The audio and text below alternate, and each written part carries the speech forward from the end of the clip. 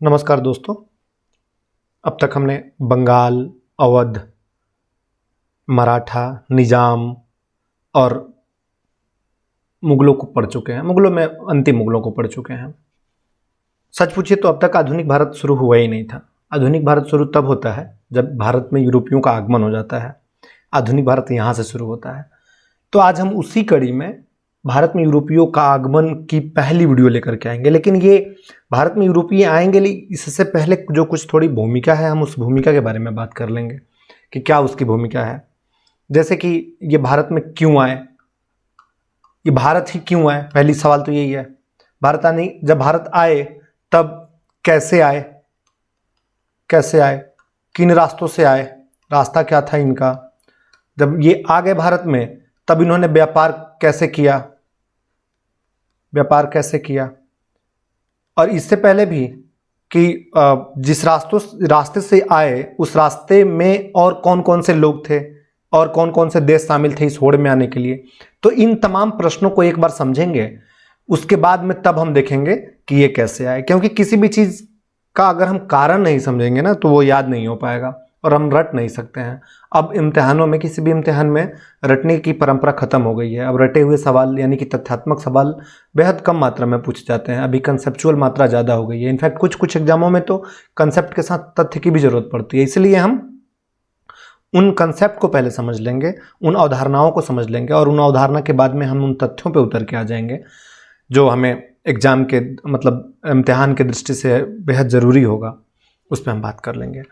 तो आपने ज्योग्राफी पढ़ा ही होगा, मुझे यह पूरा यकीन है कि आप ज्योग्राफी जानते होंगे। और ज्योग्राफी में आप ये भी जानते होंगे कि इस पृथ्वी पे 7 महाद्वीप पाए जाते हैं और 7 महाद्वीप के आप नाम भी जानते होंगे। ऐसा मैं मान के चल रहा हूँ। पहला है एशिया महाद्वीप। एशिया महाद्वीप को भी आप जानते होंगे। इसी महाद्वीप में इत्तेफाक से हम सब रहते हैं। आप भी जो वीडियो देख रहे हैं, आप भी और हम भी इस एशिया महाद्वीप में रहते हैं। इसके बाद में इसके बगल में है यूरोप दूसरे नंबर पे, तीसरे नंबर पे अफ्रीका। मैं बड़ा और छोटा नहीं बता रहा, इसलिए आप बड़े और छोटे के भाव से मत देखिएगा। मैं ज्योग्राफी बता भी नहीं रहा आपको, मैं ज्योग्राफी पढ़ा भी नहीं रहा। मैं बस ये बता रहा हूँ कि ये हैं, आप देख लीजिए, इनमें काम आएंगे। तो एक एशिया हो गया, एक यूरोप हो गया, एक अफ्रीका हो गया, एक उत्तरी अमेरिका हो गया और एक दक्षिणी अमेरिका हो गया, एक ऑस्ट्रेलिया हो गया और एक अंटार्कटिका हो गया। ये कुल मिलाकर के 7 महाद्वीप हैं। 1, 2, 3, 4, 5, 6 और 7। देखिए, भारत तो पहले से ही था, मतलब इस पृथ्वी पर बहुत पहले से था। आप इसका इतिहास को देखेंगे तो पाएंगे कि जम्बूद्वीपीय खंडे, बहुत पुरानी द्वीप है भारत। तो भारत था, लेकिन आप जो ये सुनते हैं ना कि भारत की खोज की, दरअसल वो भारत की खोज नहीं की, अपितु वो भारत के लिए आने के जो रास्ते थे उन रास्तों की खोज की। लेकिन वो रास्ता ना कह करके सीधे कहते हैं भारत की खोज की। भारत तो पहले से ही था, व्यापार भी पहले से करता था। तो अब हमने ये 7 महाद्वीप देख लिया। इन 7 महाद्वीप में हमारी जरूरत अब लगभग 3 महाद्वीप से है, या यूं पूछिए तो 2.5 महाद्वीप से है। 2.5 कौन सा? एक यूरोप, एक एशिया जहां हम खुद ही रहते हैं, और थोड़ा सा अफ्रीका वाला इलाका। हालांकि अफ्रीका हम पूरा लपेटे में लेंगे, लेकिन फिर भी हम थोड़ा सा अफ्रीका वाला इलाका, जो इधर मिस्र, जिसे हम इजिप्ट कहते हैं, जहां प्रधानमंत्री जी विजिट करने भी गए थे, इन पे भी हम थोड़ी बात करेंगे। तो आइए हम पहले देखते हैं एशिया महाद्वीप। देखिए, ये है एशिया महाद्वीप। इसमें और भी सारे कंट्री हैं, मैंने सारे कंट्रियों को नहीं लिया, हम उन्हीं कंट्रियों को लेकर के आए हैं जिनकी अभी हमें जरूरत है। ये हमारा प्यारा देश भारत। इसके जस्ट बगल में हमारा ये छोटा भाई पाकिस्तान है। इसके जस्ट बगल में छोटा भाई अफगानिस्तान है। पाकिस्तान, अफगानिस्तान, अब बगल में देखेंगे तो ये ईरान है। ठीक, ईरान के बाद देखेंगे तो ये इराक है। इराक के बाद देखेंगे तो ये सीरिया है, और सीरिया के ऊपर ये टर्की है। सीरिया बाद में बना, पहले नहीं था। तो ये टर्की है। तो मान लीजिए अगर हमें रोड से जाना हो, कहीं बाई रोड कहीं जाना हो टर्की, तो हम ऐसे ही जाएंगे भारत से। अच्छा, भारत से पाकिस्तान जाएंगे, पाकिस्तान से अफगानिस्तान जाएंगे, अफगानिस्तान से ईरान जाएंगे, ईरान से इराक जाएंगे, या टर्की जाएंगे, या ईरान से हम सीधे टर्की चली जाएंगे। टर्की का मतलब तुर्की चले जाएंगे। अच्छा, अभी पाकिस्तान से हमें लड़ाई है तो इसलिए हम नहीं जा सकते हैं। अफगानिस्तान में भी स्थिति नाजुक है तो हम नहीं जा सकते पैदल। लेकिन आप थोड़ी देर के लिए कल्पना करिए कि पाकिस्तान से स्थिति बहुत सामान्य है, पाकिस्तान में भी बिल्कुल खूबसूरत माहौल है, वैसे भी आपको पाकिस्तान से नफरत होगी, कोई संदेह नहीं है इसमें, बहुत नफरत करते होंगे पाकिस्तान से, लेकिन आप जब राहत फतेह अली साहब की बात होगी तो आप बोलेंगे नहीं नहीं ये तो बहुत प्यारे व्यक्ति हैं। आप जब गुलाम अली साहब की बात होगी तो कहेंगे नहीं नहीं ये तो बहुत अच्छा, मतलब अच्छे व्यक्ति थे। जब वहाँ के क्रिकेटर की बात होगी तब बोलेंगे नहीं यार बाबर आजम बहुत अच्छा खेलता है, वो विराट कोहली के जैसा खेलता है। जब आप वहाँ के कलाकारों की बात करते हैं तो वह बहुत सामान्य हो जाते हैं। जब वहाँ के आतिफ असलम की बात करते हैं तो बहुत सामान्य हो जाते हैं। लेकिन जब वहाँ के सरकार की आप बात करते हैं तो आपके मन में एक धारणा बैठ जाती है कि ये सारे आतंकी होंगे। मैं ऐसा मान के चलता हूँ कि दुश्मन तो नहीं है पाकिस्तान, दुश्मन कोई नहीं है। दरअसल कुछ सियासतदान वहाँ भी और कुछ सियासतदान यहाँ भी ऐसे हैं जो चाहते हैं कि स्थिति को तनावपूर्ण बनाए रखें, और उस तनावपूर्ण स्थिति को बनाए रखने के लिए यहाँ जो गरीब लोग हैं इसका लाभ उठाते हैं, उनको फिदायनी बनाते हैं और उनसे भारत में हमला करवाते हैं, आतंक फैलवाते हैं, और धर्म के नाम पर और मजहब के नाम पर और ब्ला ब्ला ब्ला इन सब के नाम पर वो आतंक फैलाने की कोशिश करते हैं और देश को अस्थिर करने की स्थिति में रखते हैं। दोनों एक ही साथ आज़ाद हुआ है, पाकिस्तान भी और हिंदुस्तान भी, लेकिन हिंदुस्तान खुद पाकिस्तान से लगभग 600 गुना आगे चल रहा है, क्योंकि पाकिस्तान में रिजर्व जो है वो बिल्कुल ख़त्म है, 3-4 बिलियन डॉलर है, और भारत में 660 बिलियन डॉलर है। तो आप अंदाज़ा लगा लीजिए कि हम उससे लगभग कितना गुना ज़्यादा चल रहा है। बहरहाल अभी हमारा बिंदु पाकिस्तान की चर्चा करनी है। हम ऐसा मान के चल रहे हैं कि पाकिस्तान अभी बना है 1947 में, लेकिन उसके पहले तो ये हमारा ही था। तो जब ये हमारा था तब हमारा बॉर्डर यहाँ तक लगता था, और जब हमारा बॉर्डर यहाँ तक लगता था तो यानी कि हम इतने बड़े भारत हुआ करते थे, इतने बड़े। कुछ दिन तक तो म्यांमार भी मेरे अंडर में था। ये 1935 में भारत से अलग हुआ, इन्हीं अंग्रेजों से अलग हुआ। बहरहाल हम वापस लौट करके आते हैं। तो अगर हमें व्यापार करना होगा, टर्की जाना होगा, तो हम कहां से जाएंगे? इंडिया, इंडिया से पाकिस्तान, पाकिस्तान से अफगानिस्तान, अफगानिस्तान से ईरान, ईरान से इराक, इराक से सीरिया, सीरिया से टर्की। आपको पता है कि ये सारे के सारे लगभग इस्लामिक कंट्री हैं, सारे इस्लामिक कंट्री हैं, लगभग क्या है ही, लगभग पूरे के पूरे इस्लामिक कंट्री हैं। तो हमें टर्की जाना पड़ेगा। तो एक रास्ता ये है। अच्छा, अगर मैं ये कहूं कि टर्की रोड से नहीं जाना है तो फिर दो रास्ते बचेंगे। एक तो ये नीचे वाली खाड़ी से होकर के जाएंगे, फिर इराक, इराक से सीरिया, तब टर्की। या एक दूसरा रास्ता होगा कि हम इस नीचे से जाएंगे। अच्छा, आप ये जो दिख रहा है ना सऊदी अरबिया, इसको हम अरबी द्वीप बोलते हैं, अरब प्रायद्वीप बोलते हैं। सऊदी अरबिया है, नीचे यमन है, बगल में ओमान है, और यहीं पे यूएई भी है। तो अगर हमें हिंदुस्तान से आपको कहा जाए कि नहीं कि टर्की जाना है, तब हम निस्संदेह यहां से नीचे उतरेंगे और यूएई के नीचे नीचे ऐसे होते होते तब हम टर्की जाएंगे। यानी एक रास्ता ये हुआ। आज हम इन्हीं रास्तों पे भी बात करेंगे कि हम किन किन रास्तों से जाते थे, अरब या फिर टर्की या फिर यूरोप, हम कैसे जाते थे, इन पे बात करेंगे। हमने बस आपको इसलिए बताया कि आपके ध्यान में रहे कि हमारे पास दो रास्ते हैं। एक रास्ता तो ये रोड मार्ग है जो पाकिस्तान हम थोड़ा छोड़ते हैं, हम उसको अपना ही समझते हैं अभी। अफगानिस्तान, अफगानिस्तान से ईरान, ईरान से इराक, इराक से सीरिया, सीरिया से टर्की, सीरिया नहीं भी है तो भी टर्की। टर्की के बाद में अगर आप गौर कर रहे होंगे तो देखेंगे ये एक छोटा सा बाउंड्री दिख रहा है आपको, छोटा सा। इसकी भी एक कहानी है, अभी हम इस पे भी बात करेंगे। तो एक छोटा सा है, ये दरअसल एक जल डमरू मध्य है। जल डमरू मध्य उसको कहते हैं कि एक इधर पानी हो, इधर पानी हो, और इधर देश हो, इधर देश हो। जैसे इधर मान लीजिए एक देश है टर्की, ठीक है, और इधर एक कोई देश मान लीजिए कोई ए देश है, ठीक, इधर भी पानी है, इधर भी पानी है। तो ये जो पानी है बीच में, इसको जोड़ने की जगह को हम कहते हैं जल संधि। इस जोड़ने की जगह को जल संधि कहते हैं। तो यहाँ एक जल संधि भी है। इसके ऊपर जो है, टर्की के ऊपर, इस वाले इलाके को हम बोलते हैं काला सागर, ब्लैक सी, इंग्लिश में बोलते हैं ब्लैक सी। और ये जो है जल डमरू मध्य, ये इसको और इसको जोड़ता है, इन दोनों पार्टों को। अभी हम इस पर भी बात करेंगे, थोड़ा सा सेपरेट बात करेंगे आगे। बहरहाल हम आपको दो समझ में आ गया, दो बातें। एक तो ये कि भारत का अगर व्यापार होगा तो भारत अपना व्यापार एक तो रोड से करेगा, जो road Afghanistan, Iran, Iraq, Syria और टर्की के होते हुए तक जाएगा, और एक दूसरा ये अरब प्रायद्वीप के नीचे से इन रास्तों से जाएगा। ये कौन से रास्ते हैं, अभी हम इन पे भी बात कर लेंगे। दो रास्ते, एक समुद्र के रास्ते और एक ईरान वाले रास्ते से, इराक वाले रास्ते से। चलिए आइए अब दूसरी बात करते हैं एशिया के बाद में, कि भारत व्यापार कब से करता है।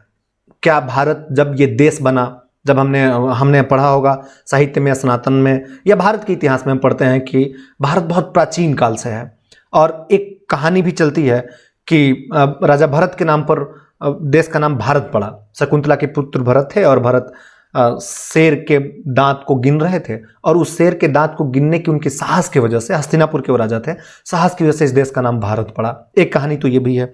वैसे ही और सारी कहानियां भी हैं कि भारत का नाम कैसे पड़ा, हस्तिनापुर में थे और फिर उसकी वजह से पड़ा। बहरहाल जो भी हो कहानियां, हम ये पता है कि भारत जब से है, जब से इसका प्राचीन इतिहास है, हम तब से व्यापार करते हैं। और प्राचीन इतिहास कब, हम लिखित रूप से या अलिखित रूप से, साइंटिफिक रूप से अगर जिन इतिहासों की हम बात करेंगे, उसमें हम इतिहास को 3 भागों में बांट के रखा है हमने। एक भाग तो है प्राचीन काल, एक भाग है मध्यकाल, और एक भाग है आधुनिक काल। आधुनिक काल। अब एक बात और यहां समझने वाली है कि प्राचीन काल कब से है। प्राचीन काल को हम तब से मानते हैं जब भारत में सिंधु घाटी की सभ्यता थी, उनसे लेके मानते हैं। और वो काल हम लेकर के आते हैं लगभग 800 ईस्वी तक, या 900 मान लीजिए, या 1000 मान लीजिए, भारत में 1192 मान लीजिए, आप यहां तक मान सकते हैं। उसके बाद में अच्छा, इसकी कोई निश्चित सीमा नहीं होती है कि प्राचीन काल 15 अगस्त को खत्म हो गया, 15 अगस्त के बाद में 16 अगस्त से मध्यकाल शुरू हो गया, ऐसा नहीं होता है। इसको आप ऐसे समझिए, जैसे मान लीजिए कि ये प्राचीन काल है, ये प्राचीन काल है। अब प्राचीन काल के कुछ पहले से ही मध्यकाल की स्थिति दिखने लग जाएगी, अब यहां तक मध्यकाल पहुंचेगा। अभी मध्यकाल रहेगा ही, तब तक यह मध्यकाल के बीच से ही कुछ हम इसको आधुनिक काल में ले लेंगे। जैसे आपने देखा होगा कि मध्यकाल में मुगल आते हैं, लेकिन हम मुगल में परवर्ती मुगल को आधुनिक काल में पढ़ते हैं। क्यों? क्योंकि थोड़ा सा मध्यकाल भी आधुनिक में आएगा, तभी तो उसकी भूमिका बनेगी ना। एक दिन में तो ये खत्म नहीं हो जाएगा। 15 अगस्त के बाद सीधे 16 अगस्त से तो आधुनिक काल नहीं शुरू हो जाएगा ना, या 26 जनवरी के बाद 27 जनवरी से तो नहीं मध्यकाल शुरू हो जाएगा। तो दोनों एक दूसरे में क्लैश करेंगे, एक टूट रहा होगा, एक उठ रहा होगा, मतलब एक बिखर रहा होगा, और इसी बिखराव पे, इसी के प्राचीर पे एक नए चीजों का निर्माण हो रहा होगा। तो जो नए चीज निर्माण होगा उसका तो शुरू से ही माना जाएगा, यानी कि उसका तो उत्पत्ति पहले वाले के विखंडन से ही मान लिया जाएगा। इसीलिए आप ये वाला उदाहरण रखिएगा कि प्राचीन काल और मध्यकाल में क्लेश स्वाभाविक है, वैसे ही मध्यकाल और आधुनिक काल में क्लेश स्वाभाविक है, उनमें टकराव स्वाभाविक है, क्योंकि एक पीढ़ी दूसरी पीढ़ी के खत्म होने में नहीं, बल्कि दूसरी पीढ़ी के शुरू होने में शामिल है। तो प्राचीन काल में जब सिंधु घाटी सभ्यता थी, तब भी भारत में व्यापार होता था, तब भी भारत के लोग विदेशों से व्यापार करते थे, अपने आसपास के मुल्कों से व्यापार करते थे। अब आप पूछेंगे कि यह कैसे पता चला? यह पता चला है कि सिंधु घाटी सभ्यता की जब खुदाई हुई है, और खुदाई में जो कुछ अवशेष मिले हैं, जो कुछ जगह मिले हैं, जैसे पाकिस्तान में हड़प्पा मिले हैं, मोहनजोदाड़ो मिले हैं, वैसे ही भारत में गुजरात में एक बंदरगाह मिला है जिसको हम लोथल कहते हैं। लोथल मिला है। लोथल बंदरगाह, यानी कि हम बंदरगाह को दूसरी भाषा यूं समझिए, प्राचीन भाषा में गोदीबाड़ा बोलते हैं।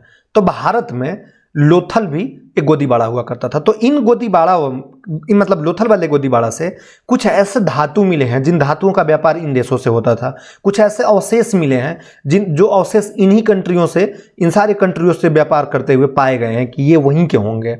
तो इसीलिए अनुमान लगाया जाता है, कोई लिखित साक्ष्य नहीं है कि यहां से कुछ आते ही रहे होंगे, कुछ कतई लिखित साक्ष्य नहीं मिलेंगे। अवशेषों के आधार पर यह मूल्यांकन किया जाता है कि अच्छा लोहा मिला है, तो भाई लोहा कहां से आ सकता है? तो फारस की खाड़ी से आ सकता है। तो मान लीजिए कोई ऐसे धातु मिले हैं, या कोई ऐसे पदार्थ, फल मिले हैं, ड्राई फ्रूट्स मिले हैं, तो वो कहां से आ सकते हैं? तो वो आएंगे इन अरबी कंट्रियों से, क्योंकि अरब वाले मतलब इन चीज़ों में बहुत आगे रहते थे। मान लीजिए कोई सोने का अवशेष मिला है, तो वो सोना कहाँ के सोने से मैच हो रहा है? तो अरब के सोने से मैच हो रहा है। तो इसलिए मान लिया जाता है कि ये व्यापार हम उन्हीं देशों से करते थे। दूसरा कोई लिखित साक्ष्य नहीं है। हो सकता है कि कल होकर के शोध हो और ये बातें पलट जाएं, लेकिन आज तक ये माना जाता है कि हम उन दिनों भी अरब से, चीन से, तिब्बत से, सिंगापुर से, इंडोनेशिया से, अफ्रीका से, यूरोप से, इन सारे देशों से आयात और निर्यात करते थे, जिसमें ये सभी कुछ देश शामिल है, इंडोनेशिया, मलेशिया, सिंगापुर वगैरह देश शामिल है। तो हम इधर से भी व्यापार करते थे। तो ये प्राचीन काल में होता था। अब प्राचीन काल के बाद में मध्यकाल में भी हुआ। कैसे हुआ? मध्यकाल में तो अधिकांश शासक जो हुए वो इधर से ही आए, अफगानिस्तान के रास्ते ही आए, ईरान इराक से आए, या टर्की की तरफ से आए। तो ये सारे जो शासक आए, तो स्वाभाविक सी बात है कि अगर ये इधर से आएंगे तो व्यापार भी इधर से करेंगे। तो व्यापार इधर से होता रहा मध्यकाल में, और मध्यकाल में भी व्यापार ठीक ठाक मात्रा में हुआ। दिल्ली सल्तनत का काल हो, या खास करके मुगल सल्तनत के वो वाले काल जिसमें मुगल सल्तनत टिका हुआ है, यानी कि दूसरी भाषा में बाबर से लेकर के औरंगजेब तक इन कालों में व्यापार इधर से खूब अच्छे से हुए हैं। हालांकि बाबर के पहले भी व्यापार होते थे, बाबर के पहले भी आप लोदी वंश, सैयद वंश, या फिर वो जो क्या कहते हैं राजपूतानाओं के वंश हैं वो सारे वंश, या फिर गुलाम वंश, खिलजी वंश, इन सारे समय में भी ये व्यापार उधर से होते रहे थे, क्योंकि ये इधर से ही तो आए थे सारे के सारे, तो व्यापार स्वाभाविक सी बात है इधर से करेंगे, और व्यापार अपने चरम पे था। मैं ये बात कर रहा हूं 1192 से लेकर के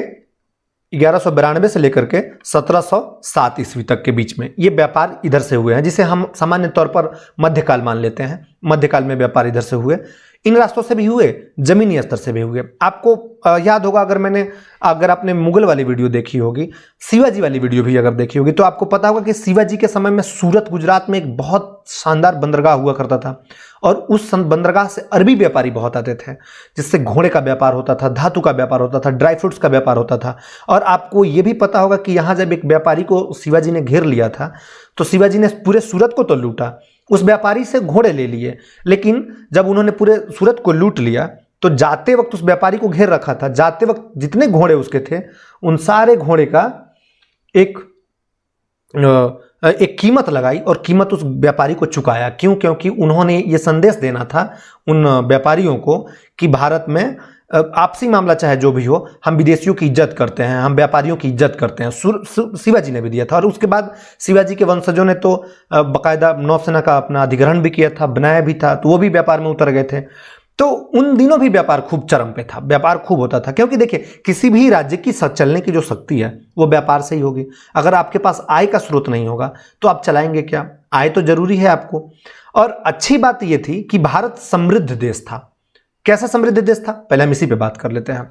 देखिए, भारत में अधिकांशतः कच्चा मालों का उत्पादन होता था, जैसे रेशम का उत्पादन करते थे ये, नील, सोरा। ये मैं मध्यकाल के भी लेटर फेज की बात कर रहा हूं मैं। कच्चा रेशम, नील, सोरा, उसके बाद में चीनी, चावल, गेहूं, और जो सबसे बड़ी चीज थी उसका नाम है मसाला। मसाला तो खैर पूछना ही नहीं, मसाला, और उसमें भी कौन सा मसाला?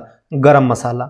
गरम मसाला का भारत से व्यापार होता था, मतलब ये हम बेचते थे दूसरे देशों में हम इसकी सप्लाई करते थे, और इन सप्लाई की वजह से जो पैसे मिलते थे वो हम पैसे नहीं लेते थे, हम उसके बदले में लेते थे सोना, चांदी, या हीरे जवाहरात तो नहीं लेते थे सामान्य रूप से, मतलब मुख्य रूप से जो हम लेते थे वो सोना और चांदी ही लेते थे। हम रत्न का भी व्यापार करते थे, हम औषधि का भी व्यापार करते थे, क्योंकि आपने सुना भी होगा कि भारत की औषधि प्राचीन काल में ही बहुत उन्नत किस्म की औषधि थी। हम आयुर्वेद में नंबर 1 हुआ करते थे। हमारे यहाँ धन्वंतरी और उसके बाद में क्या नाम है उनका, सुश्रुत जैसे चिकित्सक हुआ करते थे। तो हम योग में और इसमें औषधि में, आयुर्वेदिक औषधि में नंबर 1 हुआ करते थे, तो हम इसका भी व्यापार करते थे। तो जब हम ये सामान वहां बेचेंगे तो स्वाभाविक सी बात है कि इसके बदले में हम उधर से धन लेंगे, और धन हम कौन सा लेते थे? सोना और चांदी। यानी कि हम कच्चा माल भेजते थे लेकिन बदले में हम लेते थे, हाँ एक चीज और छूट गया इसमें, सूती वस्त्र। रेशम हालांकि मैंने लिख दिया था, सूती वस्त्र की भी बहुत डिमांड थी दुनिया में। ऐसा कहा जाता था कि एक फोफी में, या एक बांस की जो कटली होती है ना, बांस का एक गुठल हम काटते हैं, उस गुठल में, एक गुठल में जितनी हम रेशम या सूती के वस्त्र ढक देते थे उससे कम से कम 100 हाथियों को ढका जा सकता था। उसमें जितना ठूसने में होता था, अगर उसको खोला जाए तो 100 हाथी हम ढक लेते थे। इतनी शानदार किस्म की, उन्नत किस्म की रेशम और यहाँ सूती वस्त्र हुआ करता था। तो इसकी डिमांड दुनिया में हर कंट्री में थी, तो दुनिया वाले इसे खरीदना चाहते थे। भारत इस मामले में बहुत अव्वल किस्म का था, क्योंकि भारत के नस नस में यह शामिल था कि अपना स्वावलंबन खुद से करना है, अपने पेट खुद से पाल लेना है। मतलब अगर आप इसको इकोनॉमी की भाषा में बात करेंगे तो आप कह सकते हैं कि भारत उन दिनों बंद इकोनॉमी था, खुद के मामले में सेल्फ डिपेंडेंट इकोनॉमी थी। मतलब हमको विदेशों से कुछ नहीं चाहिए, हम जो बेचेंगे वो विदेश में बेचेंगे। हमें जो कुछ चाहिए सोना चांदी वो तो हम ले ही आ रहे हैं। तो अब इसमें जो कंसेप्ट है वो ये है कि हम बेचते थे सारा सामान और बदले में आता था सोना चांदी, और सोना चांदी हमारे देश में आके ड्रॉप हो जाता था, मतलब हमारे देश में रह जाता था। अब ऐसे हमारा व्यापार खूब होता था, खूब व्यापार होता था। तो जितने सोना चांदी आए वो देश में जमा होते गए, जमा होते गए, जमा होते गए, और देश उन्नति करता चला गया। जब देश उन्नति करने लगा और सोना देश में बढ़ गया, तब कहा जाने लगा कि भाई भारत जो है एक ऐसा देश है जहां सोने की कुआं है। किसी लेखक ने लिखा भी है इसको कि भारत बहुमूल्य धातुओं का कुंड के नाम से जाना जाता था, क्योंकि सारे धन आए यहीं रह गए, यहां से कुछ गए नहीं। और चूंकि भारत कच्चे माल का उत्पादक था, इसलिए इसको आयात करने की जरूरत नहीं थी, मतलब खरीदने की कोई जरूरत नहीं थी। अब क्या खरीदेंगे? मान लीजिए अगर आप कच्चा रेशम का उत्पादन करते हैं तो कीड़ा आपके घर में हो रहा है और पौधे आपने घर में लगा रखे हैं शहतूत के, उसी पे कीड़ा पलेंगे, आप रेशम निकालेंगे और रेशम पालेंगे, बनाएंगे, बेच देंगे। इसके लिए विदेशों से कौन सी मदद लेने की जरूरत है? आप नील की खेती कर रहे हैं, बीज आपके घर में है और जमीन आपके पास में है। आप अपने जमीन में नील की खेती करिए, पौधे उगाइए, निकालिए, उसका निराव पिसाव करिए और उसको पैकिंग करके बाहर भेज दीजिए। सेम चीनी और चावल के साथ भी होता था। चावल आपके खेतों में होना है, चावल का बीज थोड़े ना मंगाया जाएगा अरब से, या चावल के बीज थोड़े ना मंगाए जाएंगे पुर्तगाल और स्पेन से। तो और गरम मसाला यहाँ के मानसून की वजह से होता था। गरम मसाला यहाँ के मिट्टी और मानसून और पौधे की वजह से होता था। तो यहाँ कच्चे माल की वजह से बाहर से कोई चिंता करने की जरूरत नहीं थी। हाँ, बाहर वालों को चिंता करने की जरूरत है, क्योंकि भारत का व्यापार बंद कर दे, भारत जाने। तो अब सवाल यह है कि भारत में अगर ये सारे चीज हो रहे थे तो भारत ये व्यापार कर किन रास्तों से रहा था, किन रास्तों से हम विदेशों में भेजते थे? जैसे मान लीजिए रोड वाले रास्ते से तो हम अफगानिस्तान भेज दिए, ईरान भेज दिए, इराक भेज दीजिए, टर्की भेज दीजिए, या सऊदी अरबिया भेज दिए। लेकिन व्यापार इतना ही तो सीमित नहीं था ना, व्यापार तो यूरोप से भी होता था। यूरोप में बहुत सारे तमाम कंट्री थे और यूरोप वाले हमसे थोड़े से आगे चल रहे थे। वो क्यों चल रहे थे अभी हम उस पर भी बात करेंगे। तो यूरोप वालों को गरम मसाला की जरूरत थी और वो खरीदते कैसे थे? तो वो इन्हीं लोगों से खरीदते थे। वो डायरेक्ट नहीं आ पाते थे भारत, और डायरेक्ट आते थे तो बड़ा मशक्कत करना पड़ता था। तो पहले हम ये देखते हैं कि किन किन रास्तों से भारत व्यापार करता था, फिर ये देखेंगे कि व्यापार करने में उनको क्या लाभ और क्या नुकसान होता था। एक रास्ते तो मैंने आपको बता ही दिया था भाई, टर्की। टर्की के बाद फारस, ईरान, इराक, अफगान। और ईरान, अफगान आने के बाद में, ये जैसे अफगान है ना, तो ये बॉर्डर आप देख रहे हैं, इस बॉर्डर पे बहुत बड़े बड़े पहाड़ हैं, हिमालय रेंज वाले ही पहाड़ है। हालांकि वो तो हिमालय से भी पुराने हैं, यहाँ पे बड़े बड़े पहाड़ हैं। इन पहाड़ों में आने के लिए कुछ दर्रे बने हुए हैं, जिन दर्रों का नाम है खैबर दर्रा, कुर्रम दर्रा, बोलन दर्रा, गोमल दर्रा। मुख्य रूप से दो ही दर्रे हैं, बाकी एक रास्ते में दो दर्रे पड़ेंगे, तो टोटल 4 दर्रे हैं, लेकिन है 2 ही दर्रा, एक खैबर और एक कुर्रम, गोमल। तो ये 2 रास्तों से आते थे, लेकिन बहुत पहाड़ी इलाका है, अभी भी है वो, बहुत भौगोलिक दृष्टि से बहुत खतरनाक रास्ता है वो। मतलब उस रास्ते को पार कर पाना, अब तो तकनीकें आ गई हैं इसलिए वो बहुत सहज हो चुका है, लेकिन जिन जमाने में तकनीक नहीं हुआ करता था, तो आप अंदाजा लगाइए कैसे पहाड़ों को चढ़ करके इस पार से उस पार आना। उसी में आंधी आ गई, तूफान आ गई, बरसात आ गई, उसी में बर्फबारी हो गई, और ठंडी कितनी पड़ेगी आपको पता ही है वेस्टर्ली की वजह से। तो ये सारे रीजन हुआ करते थे, इसलिए ये रास्ता बड़ा कठिन हुआ करता था।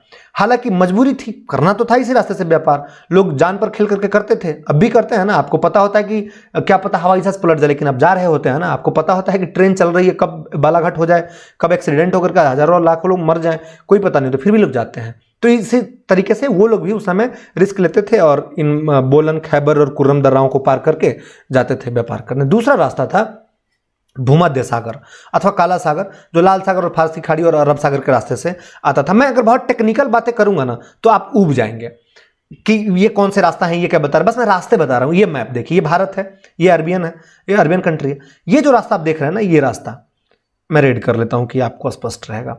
ये जो आप रास्ता देख रहे हैं, यही रास्ता था भारत का व्यापार करने का। एक रास्ता तो मैंने आपको बाई रोड बताया ही था, और एक रास्ता ये था नीचे वाला, ये अरबियन सी है, इसको हम अरबियन सी बोलते हैं, और ये लाल सागर है, रेड सी यानी लाल सागर है, आगे जाएंगे तो भूमध्य सागर है। लेकिन उन दिनों एक दिक्कत यह थी कि अभी यहां पर आएंगे ना तो मिस्र के पास में यहां पे स्वेज नहर है, जो कि आर्टिफिशियल है, लोगों ने बनाया, बाद में इस मिट्टी को काट करके। इधर समुद्र है, ये देख रहे होंगे एक दूसरे मैप पे, आप देखिए ये जो रास्ते हैं मैप की वजह से आपको दिखाया गया है, ये जो रास्ते आ रहे हैं, ये आगे बढ़ेंगे, ये अरबियन गल्फ है, रेड सी जिसको हम लाल सागर बोलते हैं वो है, ये अदन की खाड़ी, अदन यहाँ लिखा हुआ अदन की खाड़ी। आप बहुत दिमाग मत लगे, क्योंकि आप ये ज्योग्राफी में खुद ही पढ़ेंगे, आपको उतने समझने की जरूरत नहीं है। यहाँ जो है ये मिस्र वाला इलाका है, मिस्र बोलते थे। तो यहाँ पे मिलने के लिए, इस भूमध्य सागर में आने के लिए कोई रास्ता नहीं था, तो लोग रोडों पर चढ़ करके, मतलब जमीन पर आकर के जमीन से आते थे।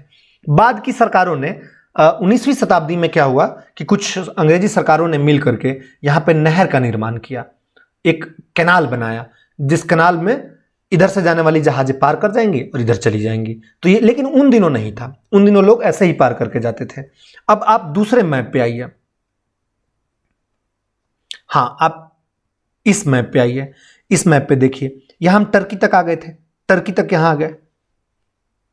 हाँ इसमें आइए, ये देखिए ये इंडिया वाला इलाका है, गुजरात वाला इलाका है। तो अगर हम इधर से व्यापार करने आ रहे हैं तो हम गल्फ ऑफ अदान आ गया, फिर यहाँ से हम लाल सागर में आ गए, रेड सी से हम आगे बढ़े तो ये कैनाल है, स्वेज नहर बनाया हुआ है, तो हम स्वेज नहर को पार कर लिए। अब हम इस इलाके में आ गए, मेडिटेरियन सी में आ गए, और मेडिटेरियन सी के रास्ते यहाँ पे ग्रीस था, इस कंट्री में जाकर के व्यापार करते थे, पास में इटली है, वहां व्यापार करते थे, उसी के पास में पुर्तगाल है। जैसे देखिए ये इधर से आ गया, ये ग्रीस है, इसके बाद में यहाँ पे इटली है, इटली के पास में इधर स्पेन है, स्पेन के कॉर्नर वाले मतलब पश्चिमी इलाके में पुर्तगाल है।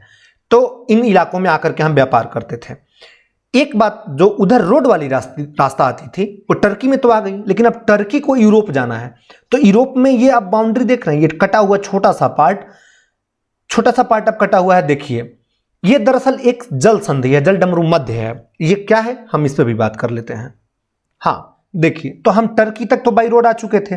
अब टर्की के पास ये देख रहे होंगे आप, इस्तांबुल लिखा हुआ है, इस्तांबुल के पास यहाँ डॉट है, दरअसल डॉट नहीं है, ये कट है, यहाँ पे कट है। आप इसको एक और दूसरे मैप में देखिए, यहाँ देखिए ये जो देख रहे हैं ना इस्तांबुल, यहाँ पे कट है, ये इस्तांबुल अभी नाम है जो कि टर्की की राजधानी है। और टर्की मतलब तुर्की एक ऐसा देश है जो कि थोड़ा सा यूरोप में भी पड़ता है और थोड़ा सा एशिया में भी पड़ता है। ऐसा ही रसिया के साथ भी है, रसिया भी थोड़ा यूरोप में पड़ता है, थोड़ा वो यूरोप में एशिया में पड़ता है, एशिया यूरोप दोनों में ये देश पड़ते हैं। तो टर्की का ये छोटा सा हिस्सा एक कैनाल टाइप का है, इसको पार करके तब वो अंदर आते थे। और ये पास में, ये टर्की के पास में आप ये देखते होंगे जिस कंट्री का नाम है, उसका नाम है ग्रीस।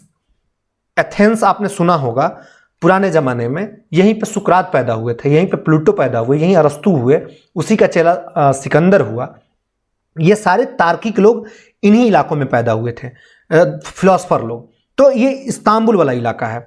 अब एक और दूसरे मैप पे आइए, यहाँ ये देखिए, ये जो आप देख रहे हैं ना, ये टर्की, ये वाला इलाका, ये पहले का है, बाद में ये वाला इलाका भी शामिल हो गया इसमें। तो ये जो इलाका है हम इसी पे बात करना चाह रहे हैं। देखिए ये है इस्तांबुल, दरअसल ये है ब्लैक सी यानी काला सागर, और नीचे है मरमरा सागर। अब एक सागर को दूसरे सागर से जोड़ता है वो, उसको बोलते हैं जल संधि, यानी बास्पोरस की जल संधि इसका नाम है। क्या नाम है, बास्पोरस की जल संधि। आप इसको याद रखें ना रहे कोई फर्क नहीं पड़ता है, क्योंकि ये भूगोल का मामला है। अब भूगोल आपका अच्छा ही होगा, मैं ऐसा मान के चल रहा हूं, तो आप इस पर ध्यान ना दीजिए, बस ये समझ लीजिए कि एक रास्ता है। तो मतलब इधर से ये लोग व्यापार करते हुए आते थे और इसी रास्ते से वो इसको छलांग लगा करके यानी कट करके अंदर आ जाते थे, और फिर ये अपना यूरोप में व्यापार करते थे, यूरोप की कंट्रियों में बेचते थे। दिक्कत इस बात की थी कि ये सारे कंट्री जो थे ना, ये सारे कंट्री मतलब इधर वाले ईरान, अफगान, इराक, ये लोग खुद ही उसमें टैक्स बहुत लेते थे। यानी कि एक वस्तु कोई सूरत से या गुजरात से 50 रुपए का चला है, वो इस्तांबुल आते आते 100 रुपए का हो जाता था।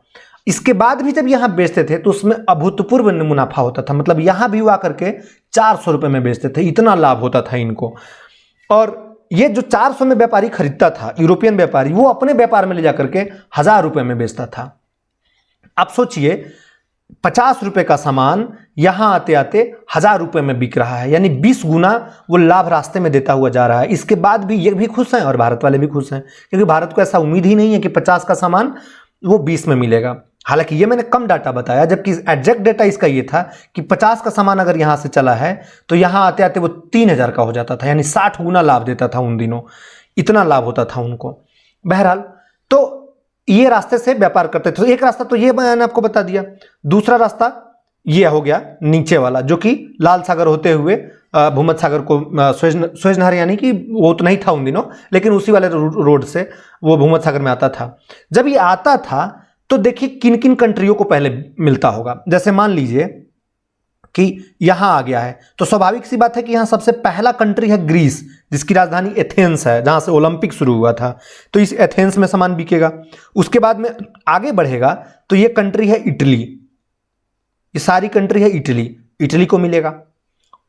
इसके बाद यहां से निकलेगा तो यहां बगल में है फ्रांस, फ्रांस को मिलेगा। फिर थोड़ा सा आगे बढ़ेगा तो ये कंट्री है स्पेन, स्पेन को मिलेगा। और स्पेन के आप पश्चिम वाला इलाका देख रहे होंगे, ये कॉर्नर वाला इलाका देख रहे होंगे, यहां एक कंट्री है जिसका नाम है पुर्तगाल। ये दोनों बड़े माहिर कंट्री हैं, मतलब ये खोजी तरह के कंट्री हैं, ये हर चीज में खोजना चाह रहे हैं, मतलब खुफिया टाइप के हैं कि क्या नया हो सकता है, क्या साइंटिफिक बात हो सकती है। ये दोनों कंट्री इतने आताताई हैं कि किसी भी चीज को खोजने के लिए अपने लोगों को बाहर भेज दे रहे हैं। एक का तो राजा ही इतना आताताई है कि उसने अपनी तमाम उम्र लगा दी खोजने में, दूसरे देशों के खोजने में, रास्ते खोजने में, भौगोलिक स्थिति जांचने में। वो इतना शानदार राजा हुआ, पढ़ेंगे अभी हम उसके बारे में, जिसको इतिहास हेनरी द नेविगेटर के नाम से जानती है, वो इस पर हम बात करेंगे। तो ये दो रास्ते से व्यापार चल रहा था, खूब ठीक से व्यापार चल रहा था, कोई दिक्कत नहीं था व्यापार में। लेकिन अचानक दिक्कत आ गई। दिक्कत जो आई वो साल था 1453 में वो दिक्कत आ गई। कौन सी दिक्कत आई? आपने सुन रखा होगा रोमन साम्राज्य। रोमन साम्राज्य दुनिया के सबसे बेहतरीन साम्राज्यों में से एक आता है, जो बहुत विशाल और बहुत शानदार शासनकाल जिन राजाओं का होता था, उसमें हमने रोमन साम्राज्य का नाम सुन रखा है। तो रोमन साम्राज्य, इटली में दो भाग हैं, ये इटली है। तो इटली में रोमन साम्राज्य दो भागों में बंट चुका है। आप ये मान के चलिए आधे आधे दो भागों में बंट चुका है रोमन साम्राज्य, जिसमें टर्की भी है। अगर आप देख पा रहे होंगे तो ये टर्की है। टर्की मतलब मैं इसको, आप मैप को ठीक से एक बार देख लीजिए, ये रोमानिया है, ये टर्की है, ये ग्रीस है और ये बुल्गारिया है। तो ये सारे इलाकों में, ये लगभग दो भागों में बटे हुए हैं ये सारे इलाके। ठीक, एक भाग रोमन साम्राज्य दो भागों में बट गए हैं। एक भाग है पश्चिमी रोमन और एक भाग है पूर्वी रोमन। अब पश्चिमी रोमन, यानी कि जब रोमन साम्राज्य दो भागों में टूटा, ये दो भाई रहे होंगे, दो भाई टूट गए होंगे, तो पश्चिमी रोमन साम्राज्य जो है वो 477 एडी के आसपास में है, एडी के आसपास में है, और पूर्वी रोमन साम्राज्य जो है वो 1453 के आसपास में बर्बाद होंगे। तो बहरहाल हमको उससे मतलब नहीं है, हमें तो बस ये समझना है कि पश्चिमी रोमन साम्राज्य और पूर्वी रोमन साम्राज्य। पश्चिमी रोमन साम्राज्य की राजधानी है वो इटली की राजधानी रोम है, जो अभी वर्तमान में इटली है, और उसकी राजधानी जो रोम है, यहाँ पे रोम आप देख रहे होंगे, ये राजधानी पश्चिमी रोमन साम्राज्य की है। और पूर्वी रोमन साम्राज्य, इसके बड़े सारे नाम हैं। एक तो इसी को वैजंतिया साम्राज्य बोलते हैं, वैजंतिया साम्राज्य, और इसी को, वैजंतिया साम्राज्य को अंग्रेजी में वाइजेंटाइन साम्राज्य बोलते हैं, वाइजेंटाइन साम्राज्य बोलते हैं। अब इसकी राजधानी, मतलब पूर्वी वाली की राजधानी, वो टर्की में ही एक जगह है, आप लिख लीजिए, मैं लिख देता हूं, कॉन्स्टेंटिनोपल बोलते थे अंग्रेज लोग इनको, या अंग्रेजी में इसको बोलते थे, लेकिन ये अरबी लोग का प्रोनाउंसिएशन थोड़ा अजीब तरीके का था, तब उन्होंने इसको बोलने लगा कस्तुनतुनिया। और ये वही कस्तुनतुनिया है जो अभी आधुनिक समय में इस्तांबुल बना हुआ है, जो कि आप यहां देख रहे होंगे मैप पे, ये वही कस्तुनतुनिया है। देखिए ये दो भागों में बट गया है, ये दो भागों में बटा हुआ है ये, ठीक है। और ये कॉन्स्टेंटाइनोपल है, ये जिसको हम कस्तुनतुनिया बोलते हैं। ये वेस्टर्न एम्पायर है और ये ईस्टर्न एम्पायर है। वेस्टर्न एम्पायर वालों की राजधानी जो है वो ये रोम में बना हुआ है, और ईस्टर्न वाले, मतलब वेस्टर्न वाले जो हैं वो रोम में हैं, और ईस्टर्न वाले जो हैं ये कॉन्स्टेंटिनोपल, जिसको हम आधुनिक समय में इस्तांबुल बोलते हैं, इस्तांबुल में है। अब दिक्कत यह है कि इस्तांबुल जो है ये बड़ा धार्मिक शहर है, ये धार्मिक शहर है। अब 1453 में क्या हुआ, पहले तो ये समझ लेते हैं। 1453 में क्या हुआ कि इस टर्की में, इस साइड वाले टर्की जिसे एशिया माइनर कह रहे हैं, इस टर्की में एक वंश हुआ, उस्मानिया वंश। उस्मानिया वंश तो पहले छोटा सा था, फिर धीरे धीरे विकसित होते होते होते बड़ा हुआ, और 1453 ईस्वी में उसकी स्थिति इतनी विकराल हो गई कि उस उस्मानिया वंश ने इस पूर्वी रोमन साम्राज्य पे हमला कर दिया, और हमला करके इसको छत विछत कर दिया, इसको हरा दिया। यानी कि वाइजेंटाइन एम्पायर जो था वो अब मिट्टी में मिलकर पलीद हो गया। अब कौन बचा?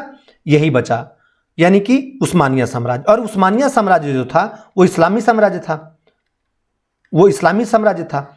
अब दिक्कत यह हुआ कि जब इसने हमला किया यहां कॉन्स्टेंटाइन पे, यानी कि इस्तांबुल पे, आधुनिक इस्तांबुल पे, तो ये कस्तूनिया के सारे लोग यहां से भागे। और वो सारे विद्वान व्यक्ति थे, पढ़े लिखे व्यक्ति थे, क्योंकि रोमन साम्राज्य बहुत अपने आप में, मैंने बताया ना कि बहुत समृद्ध जगह था। तो वो समृद्ध जगह इतना समृद्ध था कि उसका दुनिया में ख्याति चलती थी। उससे उसके समृद्धि के आसपास में कोई दूसरा साम्राज्य आज तक नहीं बैठा। तो ये सारे यहां से पढ़े लिखे लोग, जो तार्किक लोग थे या जो विद्वान लोग थे, ये विद्वान लोग यहां से भागे। अब विद्वान कहां भाग करके जाएगा, आप जरा खुद ही सोच करके देखिए। स्वाभाविक सी बात है कि विद्वान वहीं जाएगा जहां और विद्वान रहते होंगे पहले से, या वो देखे कि हाँ, क्योंकि मूर्खों के बीच में विद्वान की क्या मतलब जरूरत है। मान लीजिए अगर 10 शराबी हैं, उसमें एक सभ्य व्यक्ति जाकर के ये ज्ञान दे कि भाई तुम्हें शराब नहीं पीना चाहिए, तो वो शराबी क्या करेगा? शराबी सर पे बोतल मार कर तोड़ देगा उसको कि ये ज्ञान हमें दे रहा है, फालतू बकवास कर रहा है। लेकिन अब 10 सभ्य लोगों के बीच में अगर एक शराबी आ जाए, ये भी संभव नहीं है। वो शराबी आएगा तो अपने आप को ऑकवर्ड फील करेगा या इन 10 को परेशान कर देगा। तो शराबी शराबी के पास जाएगा, वैसे ही विद्वान विद्वान के पास में जाएगा। और चूंकि रोमन साम्राज्य का दुनिया में बड़ा नाम था, तो स्वाभाविक सी बात है कि उसी के राजधानी में पढ़े लिखे लोग रहेंगे। तो रोम में ये सारे लोग यहां से विद्वान लोग गए और वो जाकर के रहने लगे। अब यहां पे इस्लामी शासन होने लग गया। अब दिक्कत आई, इस्लामी शासन आने लग गया। अब इस्लामियों को यह पसंद नहीं कि इनके रास्ते से यूरोप में व्यापार करने जाए। अब ये क्या किया कि जैसे ही इस्लामी शासन हुआ, जैसे अभी आप देख रहे होंगे कि तालिबान जैसे ही अफगानिस्तान पे कब्जा किया, वहां उसने स्कूलें बंद करानी शुरू की, महिलाओं के घूंघट लगाने शुरू कर दिए। इस्लाम की वजह से उसने नाम ही बदल दिया देश का कि नहीं, अब ये इस्लामिक अफगानिस्तान होगा। तो मतलब वो इस्लामिक कानून लागू करने लगे। वैसे ही यहाँ पे जब उस्मानिया साम्राज्य आया तो इसने इस्लामिक कानून लागू करने लगे, और इस कानून में वो बहुत टैक्सेस लेने लगे, यानी जो लोग व्यापार करने जाते थे वो बहुत टैक्सेस लेने लगे। अब दिक्कत ये आई कि जब ये टैक्सेस लेने लग गए तो ये यूरोपियों को बड़ा दिक्कत होने लग गया। ये यूरोपियन बड़ी परेशान हो गए कि यार अब ये व्यापार करे तो कैसे, क्योंकि व्यापार अंततः करना भारत से है। हिंदुस्तान से अगर व्यापार नहीं करेंगे तो दिक्कत है, क्योंकि हिंदुस्तान से जो जीने की चीज़ है ना वो उनके लिए आ रही है। जीने की चीज़ है गरम मसाला, क्योंकि उनके यहाँ पड़ती कड़ाके की ठंडी है, और कड़ाके की ठंडी में, और उस समय फ्रिज और एसी और कूलर वॉशिंग मशीन जैसा कुछ प्रिजर्वेशन का कोई मामला था नहीं, तो वो क्या करते थे कि भारत से गरम मसाले लेकर के जाते थे, और गरम मसाले में चिकन बना करके, मटन बना करके, जो भी वो खाते थे उन मसालों में खाते थे। तो गरम मसाले की गर्मी से वो स्वस्थ रहते थे और वो बहुत अपने आप को आरामदेह पाते थे। तो वो लोग चाहते थे कि भारत से गरम मसाले का व्यापार होता रहे, बंद ना हो, चाहे उसकी कीमत कुछ भी हो, क्योंकि धातु वगैरह सारे इनके पास थे ही थे, इनकी कोई दिक्कत ही नहीं इनको। तो ये व्यापार करने के लिए खूब अग्रसर होते थे। लेकिन दुख की बात है कि अब रास्ता कब्जे में आ गया है किसका? ये उस्मानिया साम्राज्य का। और उस्मानिया साम्राज्य इतना जाहिल कि वो व्यापार पर टैक्स बढ़ा चुका है। तो अंततः इन लोगों ने निर्णय लिया कि यार हम सबको मिलकर कलेक्टिव रूप से भारत के लिए रास्ता ढूंढना चाहिए कि भारत से व्यापार कैसे करें, इसके लिए रास्ता ढूंढना चाहिए। और ये रास्ता ढूंढने का जो अभियान शुरू किया, उसमें ये सारे कंट्री कूद पड़े। कौन कौन से कंट्री? मैंने आपको पहले ही बताया था, यही वाले कंट्री, ये स्पेन, स्पेन के साथ पुर्तगाल, फ्रांस, इटली। अब एक बात और यहां रुक जाइए, चूंकि यहां यात्रा में व्यवधान हुआ इसीलिए ये लोग परेशान हो गए, इसीलिए ये लोग रास्ता ढूंढने लगे। लेकिन इकलौता कारण सिर्फ वही नहीं है कि रास्ता में व्यवधान आया या रास्त्रियों कस्तूतनिया वालों को कब्जा लिया उस्मानिया ने, इसलिए दिक्कत आया। और भी सारी दिक्कत है। दूसरा दिक्कत क्या आया? दूसरा दिक्कत यहां से जो पढ़े लिखे लोग गए वो इटली रोम में चले गए, और वो रोम में जाकर के वो एक तार्किकता की बात करने लगे। मतलब अगर किसी ने कह दिया, क्योंकि वो वक्त ऐसा है कि जिस समय धर्मांधता हावी है, धर्मांधता अपने चरम पे है, धर्म उसमें एकदम अपने विकराल रूप धारण किए हुआ है।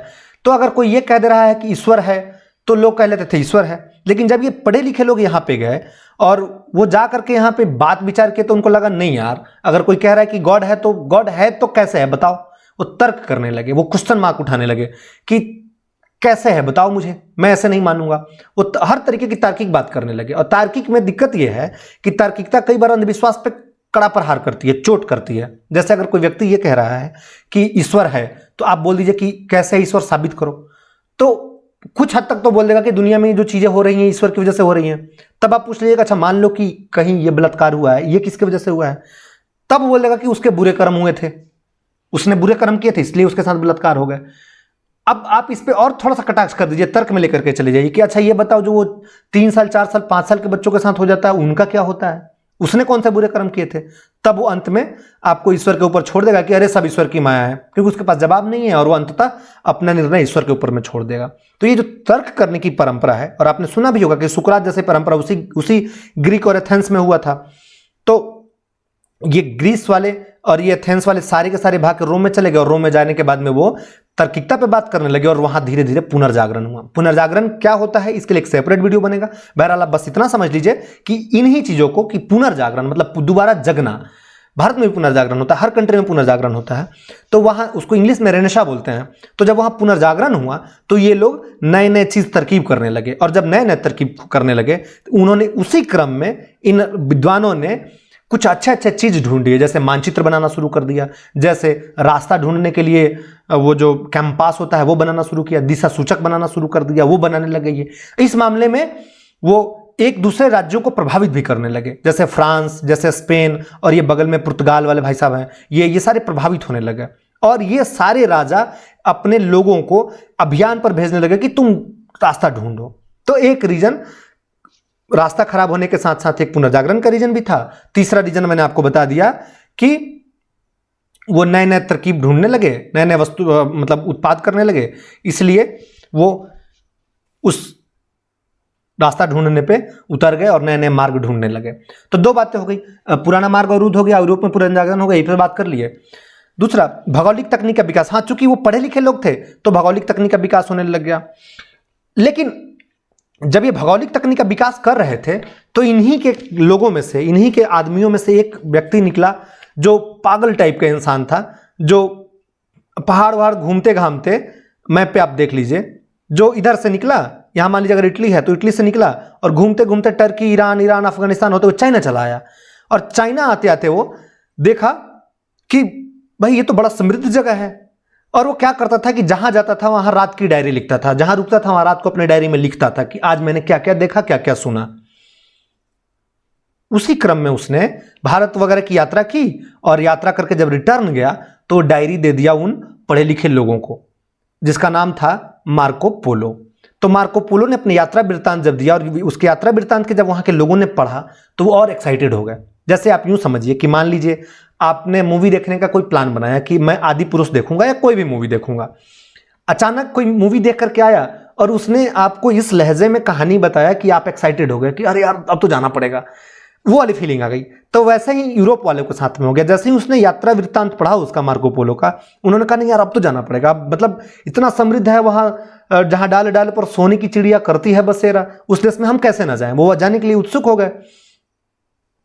अब माहौल धीरे धीरे बनने जब लग गया तब उनके पास एक और एजेंडा था। चूंकि एक ही पंथ से 2-3 धर्म निकले हैं। अगर आपने धर्म का ज्ञान होगा तो आप जानते होंगे कि यहूदी धर्म एक ही ट्री से निकला हुआ है, ईसाई ये भी एक ही ट्री से निकला हुआ है, ईसाई एक ही ट्री से निकला हुआ है, और उसी ट्री में इस्लाम भी निकला हुआ है, इस्लाम भी निकला हुआ है। तो ये तीनों के तीनों बड़े कट्टर धर्म थे। यानी ईसाई और इस्लाम तो खास करके इतने कट्टर थे कि ईसाइयों ने अपने दर्जनों अच्छे अच्छे लोगों को जिंदा जला दिया, जिसमें आप गैलीलियो को जानते होंगे, जिसने दूरबीन का आविष्कार किया था, लेंस का आविष्कार किया था। उस गैलीलियो को इन्होंने नहीं छोड़ा। इन्होंने अपने कई सारे दार्शनिकों को जिंदा जला दिया, रोड पर खड़ा करके, किसको फांसी दे दी। जैसे आपने देखा होगा कि गैलीलियो तक को निपटा दिया इन्होंने, और सुकरात तक को निपटा दिया। तो ये बड़े अजीब लोग थे। ये अपने धर्म के फैलाने के मामले में बड़े कट्टर इंसान थे। ये आप भारत में भी देखेंगे कि जब भारत में अंग्रेज आए तो इन्होंने धर्म फैलाना शुरू किया। तो इस्लाम का भी वही सीन था। इस्लाम भी धर्म फैलाने में सबसे आगे था। इस्लाम भी अभी भी फैलाता है, उस समय भी वो भी फैलाता था। तो ये दोनों फैलाते थे। कुल मिलाकर के मामला जो है वो काउंटिंग की है कि किसके पास संख्या बल ज्यादा है। जिसका संख्या बल ज्यादा होगा दुनिया में पलड़ा उसी का भारी होगा। इसलिए देख रहे हैं ईसाइयों की संख्या ज्यादा है, पलड़ा उनका भारी रहता है। मुसलमान संख्या बल के लिए हर कंट्री में धर्म फैला रहे हैं। हाँ, एक इसमें जो चीज, जो कंट्री नहीं बिल्कुल शांत है, जो धर्म शांत है, जो दुनिया की सबसे पुरानी धर्म है, उसका नाम है सनातन धर्म। ये बिल्कुल ही शांत है, ये नहीं फैलाता अपना, ये जो एक है वही एक ही पड़ा हुआ है, भारत में पड़ा हुआ है। बहरहाल तो ये यूरोपीय लोग अपने धर्म को फैलाने के लिए भी भारत आना चाहते थे कि चलो भारत बहुत बड़ा कंट्री है और वहां चल करके धर्म फैलाएंगे। अब ये सारे हो गए, तब एक बच गया कि अब एक ही रास्ता बचा था व्यापार करने का, और वो रास्ता था इटली वाला, क्योंकि अब ये कुस्तुंतनिया वाला यानी इस्तांबुल वाला रोड तो बंद हो चुका था। तो इधर से अब जो व्यापार आते थे रास्ते से वो इटली में ही आ जाता था। अब इटली वाले तो पढ़े लिखे लोग थे, पढ़े लिखे लोग ज़्यादा घाघ होते हैं, तो ये व्यापार पर मनमर्जी करने लगे। अभी से ये सारे के सारे परेशान हो गए, स्पेन, फ्रांस और पुर्तगाल वाले। अब जब ये सारे परेशान हो गए तब इन्होंने निर्णय लिया कि हम अब अपने लोगों को भेजेंगे, और इन्होंने अपना भेजना प्रारंभ किया। इसी क्रम में स्पेन ने सबसे पहले अपने एक आदमी को भेजा जिसका नाम था सर क्रिस्टोफर कोलंबस। उसको भेजा कि तुम जाओ 1492 ईस्वी में जाओ और भारत की खोज करो। वो मूर्ख निकला और सीधे भागा, कहीं और मुड़ने के बजाय वो सीधे भागा, और वो इधर से निकला, ये है पुर्तगाल, इधर से सीधे भागा और इधर चला आया, अमेरिका चला आया, और उस कंट्री पर आकर के उस कंट्री को बोला कि यही है भारत। कुछ दिन बाद पता चला कि नहीं, ये भारत नहीं है, ये ईस्ट इंडीज है। ईस्ट इंडीज बोलते थे वेस्ट इंडीज वालों को, तो ये ईस्ट इंडीज है, जो कि गोरे गोरे लोग होते थे, लाल लाल कलर के लोग होते थे, तो ये गच्छा खा गया। बहरहाल हम इसको अब यहीं छोड़ते हैं, अब लौटते हैं भारत कि ये 1453 के बाद में भारत की क्या स्थिति है और भारत में क्या चल रहा है। हम एक बार भारत पर बात करते हैं। भारत में उस समय दिल्ली सल्तनत का शासन चल रहा है, दिल्ली सल्तनत। और दिल्ली सल्तनत में लगभग ये मान के चलिए आप कि लोदी वंश चल रहा है। सिकंदर लोदी उस समय शासन कर रहा है दिल्ली में, या सिकंदर लोदी के आसपास वाले जो हैं वो सब शासन कर रहे हैं। सिकंदर लोदी आप क्यों मान के चलिए, ये तो दिल्ली में शासन कर रहे हैं। लेकिन दक्षिण भारत है, दक्षिण भारत में दो वंश अपने चरम पे हैं। एक वंश की विघटन होने की स्थिति आ गई है और एक वंश अभी चरम पे है। पहला जो वंश है उस वंश का इस ऊपर वाले इलाके में, जहां पे ये इंडिया लिखा हुआ है, ऊपर वाले इलाके में एक वंश है जिसको हम बोलते हैं बहमनी साम्राज्य। बहमनी साम्राज्य, बहमनी साम्राज्य बहुत बड़ा साम्राज्य है और बहुत मजबूत साम्राज्य था, लेकिन 15वीं शताब्दी में ये बहुत चरम पे था। लेकिन जैसे ही 16वीं शताब्दी आई, ये लगभग बिखरने की स्थिति में आ गया, और 15वीं शताब्दी के फर्स्ट हाफ में ही, यानी कि 1518 के आसपास में ही बहमनी साम्राज्य 5 टुकड़ों में टूट गया। तो आप कह सकते हैं कि बहमनी साम्राज्य उन दिनों मजबूत नहीं था, कमजोर हो चला था। लेकिन बहमनी साम्राज्य के जस्ट नीचे ये वाला इलाका है, मैं एक बार ब्लैक कलर कर लेता हूं, ये नीचे वाला जो इलाका है, उस नीचे वाले इलाके में एक राज्य चल रहा है जिसका नाम है विजयनगर साम्राज्य। और विजयनगर साम्राज्य अपनी मजबूत स्थिति में है, वो अभी टूटने वाली हालत में नहीं है। लेकिन विजयनगर साम्राज्य भी टूट जाएगी। 1565 ईस्वी में तालिकोटा का युद्ध होगा और तालिकोटा के मैदान में ये भी टूट जाएंगे। इसमें से भी कई साम्राज्य निकलेंगे, कई छोटे छोटे राज्य निकलेंगे। लेकिन जब बहमनी साम्राज्य टूटेंगे तो उसमें से 5 राज्य निकलेंगे, जिसमें से एक है बीदर, एक बरार, एक अहमदनगर, एक गोलकुंडा, एक बीजापुर। ये 5 मिलेंगे। मैंने 2-3 वीडियो में बता रखा है, पीछे वाली वीडियो में आप देखेंगे, मैं लिंक इसमें डाल दूंगा उसका, तो उसमें मैंने बता रखा है। तो 2 राज्य ये हैं जो एक तो कमजोर स्थिति में है और एक मजबूत स्थिति में है। बहमनी कमजोर में है ऊपर वाला, और विजयनगर साम्राज्य मजबूत स्थिति में है। और दिल्ली में सिकंदर लोदी है जो कि एक मजबूत शासन है। लेकिन इन सब के बावजूद नीचे 2 छोटे छोटे राज्य हैं। एक तो कालीकट है, यहाँ पे कालीकट है। कालीकट एक है, कमजोर शासन नहीं है वहां का। और उसी के बगल में इधर कोच्चि है, उसी रो में नीचे कोच्चि है। कोच्चि भी तटवर्ती राज्य है, व्यापारिक राज्य है, गोदीबाड़ा टाइप राज्य है, जहां से व्यापार होता है विदेशों में। लेकिन वो छोटा सा राज्य है, अपने चरम पे है वो, लेकिन व्यापार खूब होता है वहां पे। तो ये है भारत की राजनीतिक स्थिति। मैंने लिख भी दिया है, अगर आप इसे देखना चाहें तो लिख सकते हैं, इसमें लिखा हुआ भी है। सिकंदर लोदी का साम्राज्य है दिल्ली में, यहाँ लिख देते हैं दिल्ली सल्तनत में। और बहमनी साम्राज्य कमजोर हालत में है। विजयनगर साम्राज्य ठीक ठाक हालत में है, लेकिन वो भी कुछ दिन बाद में टूट जाएगा। और कालीकट और कोच्चि 2 तटवर्ती राज्य हैं जो कि बंदरगाह टाइप से अपना छोटा मोटा व्यापार कर रहे हैं। अब देखते हैं भारत की व्यापारिक स्थिति कौन है, कौन व्यापार करता है। देखिए, दक्षिण में एक समुदाय है, उसका नाम है चटियार समुदाय, वो व्यापार करते हैं। दूसरा चुलिया मुसलमान। चुलिया मुसलमान वो एक तरह का मुसलमान होता है जो व्यापार में संलग्न रहते थे। ये चूंकि उनके साथ आए थे, अंग्रेजों के साथ, उन आक्रमणकारियों के साथ में आए थे, तो ये मुसलमान थे जो समुद्र के किनारे भी रहते थे, तो ये लोग व्यापार करते थे। एक तीसरा समुदाय है जो कि अब भी व्यापार में नंबर 1 है हिंदुस्तान में, जिसका नाम है गुजराती व्यापारी। यह समुदाय आज भी व्यापार में नंबर 1 है, गुजराती व्यापारी।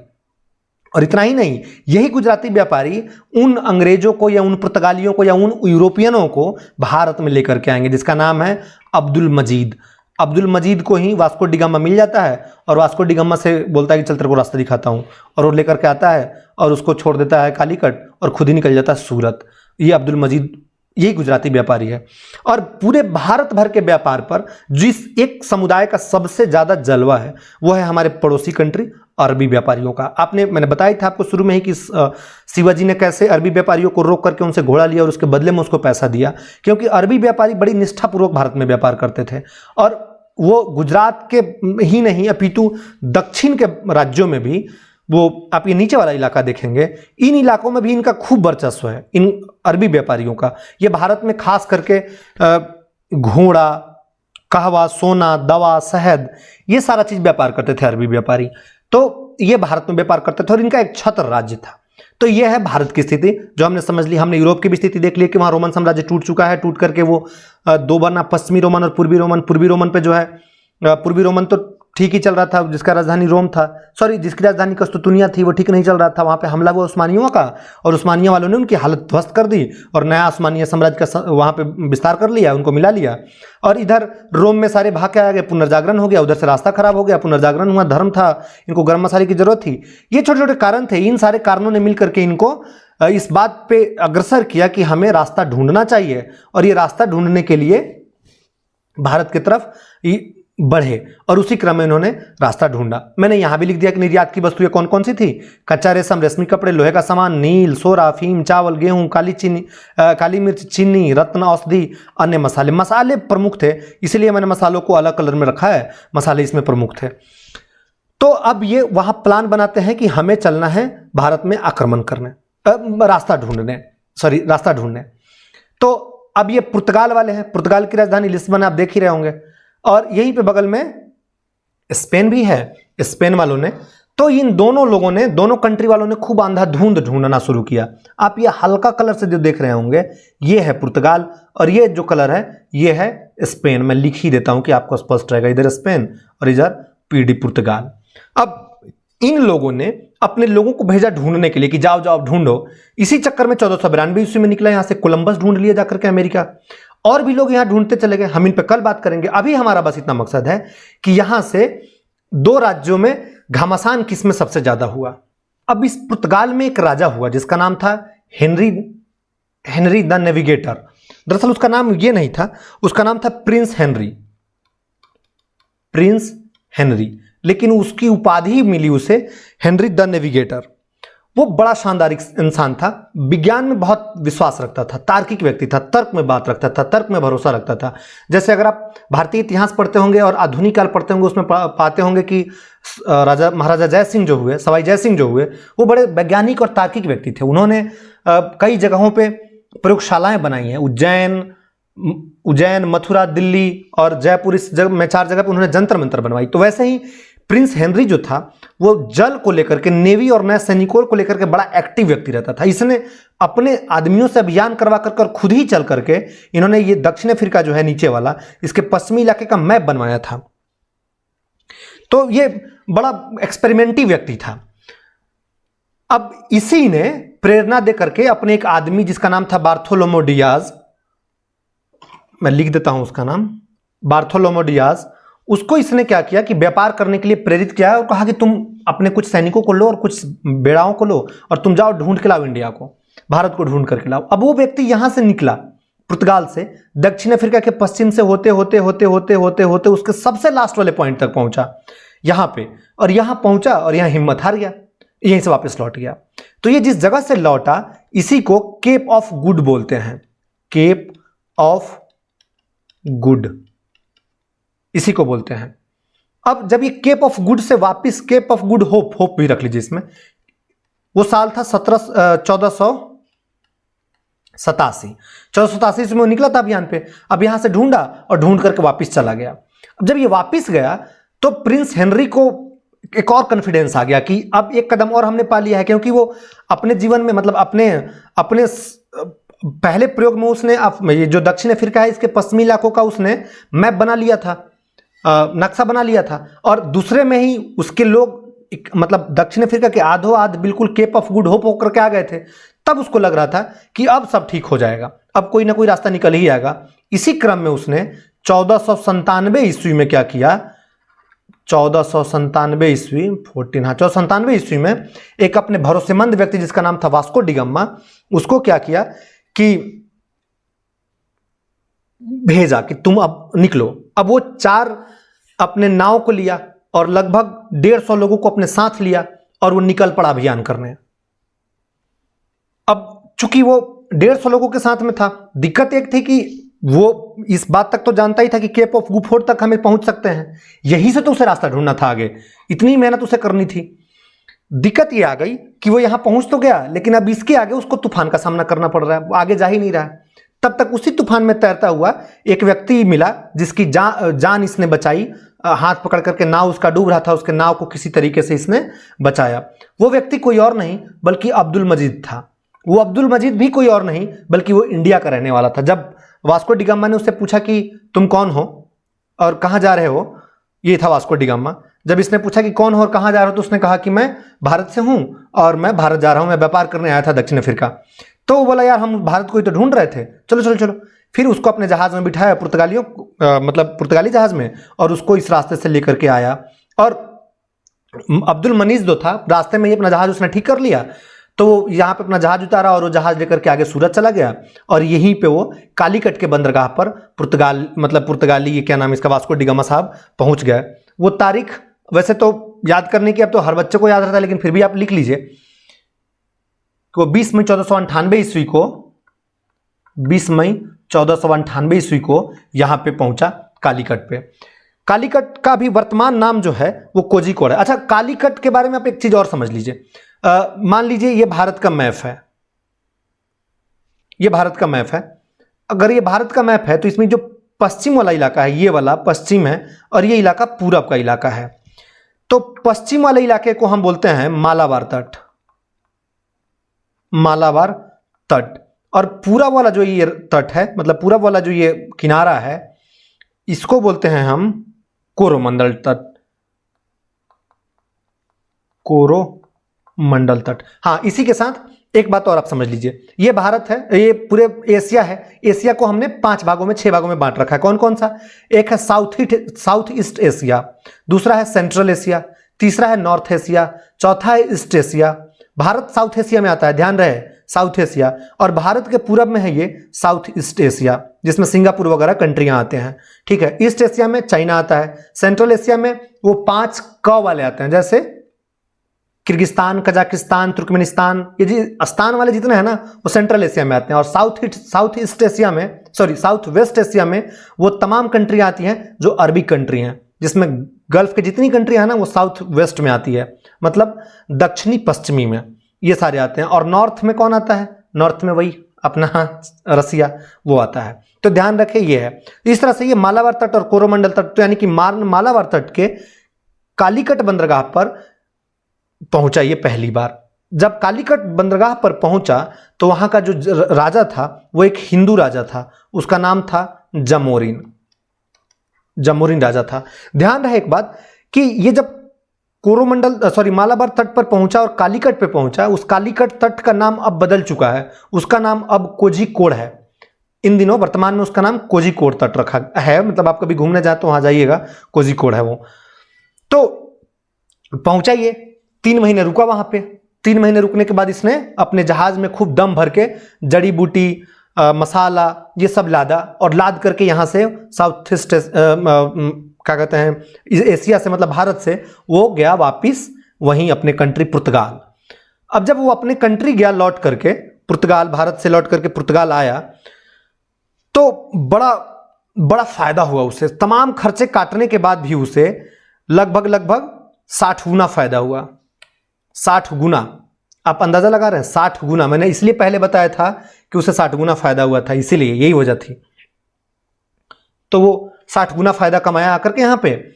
और जब वो यहां आया तो अब वो माहौल बनाने लगा।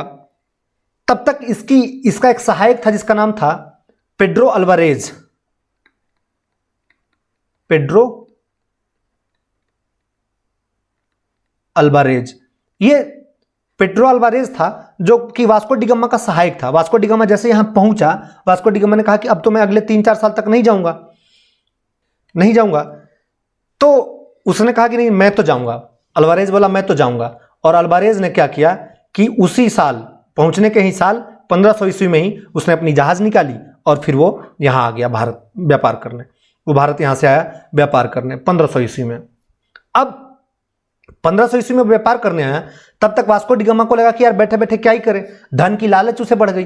तब उसने क्या किया कि इस बार काफी सारे लोगों को, यानी कि अब लगभग 1000-1500 लोगों को, 1500 लोगों को लेकर के और कम से कम 30-40 बेड़ा जहाज लेकर के वो भारत की तरफ व्यापार करने चला। और इस बार वो अपने जहाज में तोप, गोला बारूद वगैरह ये सब रख करके आया, क्योंकि उसे अब ये समझ में आ गया था कि रास्ते में अरबी व्यापारी पड़ते थे, अरबी व्यापारियों का इन भारत पे कब्जा चल रहा था उन दिनों व्यापार के मामले में। तब वो चाहता था कि ऐसा करके चले कि इन लोगों को धूल चटा के लौटे, और वो पूरा का पूरा अपना मिशन में आया। और ये इतनी तेज गति से ये लोग आए भारत में व्यापार करने, और इतनी तेज गति से अपना फैलाव किया यहाँ भारत में कि पूरा भारत का व्यापार पर इन्होंने छत्र कर लिया। और धीरे धीरे इनके साथ साथ वो इनके आसपास की कंट्री वाले भी, जिसमें अलग अलग टाइम पे डच हैं, फ्रांसीसी हैं, फिर अंग्रेज हैं, ये सारे भारत में आते गए और भारत में अपनी फैक्ट्रियां बिठाते गए और एक एक करके फिर सब भागते भी चले गए। अंत तक जो टीम टिकी रह गई, उसी टीम को हम बोलते हैं ईस्ट इंडिया कंपनी, यानी कि अंग्रेजी साम्राज्य, यानी कि महारानी एलिजाबेथ के साम्राज्य, उन्हीं के हम रैयत होने बन गए बाद में। तो आज हम पुर्तगाल मतलब वास्को डी गामा को भारत ला करके छोड़ दे रहे हैं। दूसरी बार वो आ चुका है 1502 ईस्वी में। अब हमें इसकी भूमिका बनाने की कोई जरूरत नहीं है और भूमिका पे बात करने की कोई जरूरत नहीं है। अब सीधे हम ये बात करेंगे कि हाँ, अब इसके बाद कौन आया, अब इसके बाद कौन आया, क्यों भागा, क्यों रुका, हम इन सब पर बात करेंगे। और अंततः हम आकर के अंग्रेजों पर टिक जाएंगे और अंग्रेज का विस्तार करने लग जाएंगे। अंग्रेज विस्तार करेंगे तब देखेंगे कि हमारे भारत के जो महानायक लोग हैं वो कैसे धीरे धीरे राष्ट्रीय पटल पर छा रहे हैं, और राष्ट्रीय पटल पर छाते छाते कैसे महात्मा गांधी आते हैं। हालांकि उसके पहले वो तिलक आते हैं, फिर महात्मा गांधी आते हैं, और महात्मा गांधी कैसे देश को आज़ाद कराते हैं, और आज़ाद कराने के बाद की स्थिति क्या होती है, इन सब पे हम बात कर लेंगे। तो आज के लिए बस इतना ही। कैसा लगा आप जरूर बताइएगा। आज के लिए जय हिंद।